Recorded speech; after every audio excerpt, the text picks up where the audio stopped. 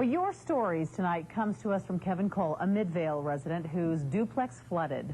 It's also the story of Cindy Barlow, his duplex neighbor, who experienced the same flood with a very different outcome.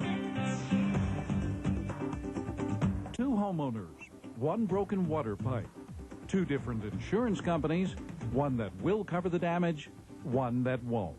The problem is I live in a duplex and there's a common drain pipe that broke and flooded and caused sheetrock and insulation damage. Allstate Insurance denied Kevin Cole's claim. His neighbor, Cindy Barlow, had better luck with Farmers. Farmers was wonderful. Came in, looked at it, cover it, pay the deductible. It's covered except for the pipe. And that's fair. So were these two policies really that different? We came to the State Department of Insurance to ask the expert. Both policies, the language is pretty much the same. And both companies cover sudden and accidental water damage. The key word here is sudden. Allstate, based in Phoenix, sent us this statement. Based on the physical evidence, we have determined that the leak had been allowed to continue for some time. In other words, it was not sudden, since the pipe behind the wall had been leaking for a while before the water burst out into his condo. But Farmers said it was sudden, since the leaking water suddenly burst through the walls.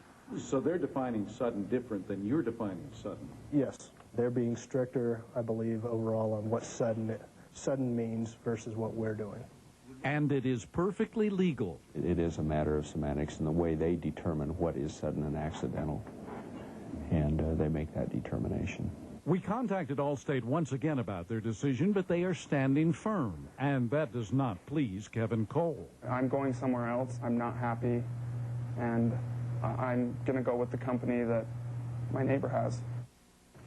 So you might be wondering what you can do if you disagree with a claims decision. Well, first, try appealing to a supervisor in your insurance company.